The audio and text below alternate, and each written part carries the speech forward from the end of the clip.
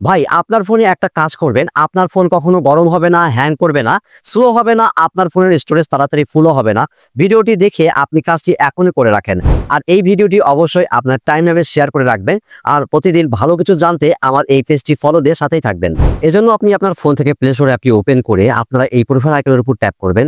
দেন এখান থেকে আপনারা এই সেটিংসের উপর ট্যাপ করবেন। দেন এখান থেকে এই জেনারেলের উপর ট্যাপ করে একটু নিচের দিকে স্ক্রল করবেন।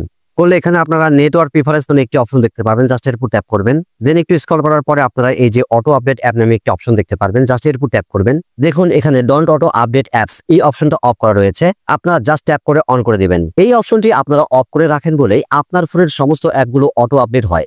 এতে করে আপনার এমবি খুব তাড়াতাড়ি শেষ হয়ে যায়, আপনার ফোনের স্টোরেজ তাড়াতাড়ি ফুল হতে থাকে, ফলে আপনার ফোন হ্যাং করে, স্লো করে, গরম হয়ে যায়। সো এই অপশনটা অবশ্যই অন করে রাখবেন। আপনি নিরাপদ থাকবেন, ফোন থাকবে সুপার।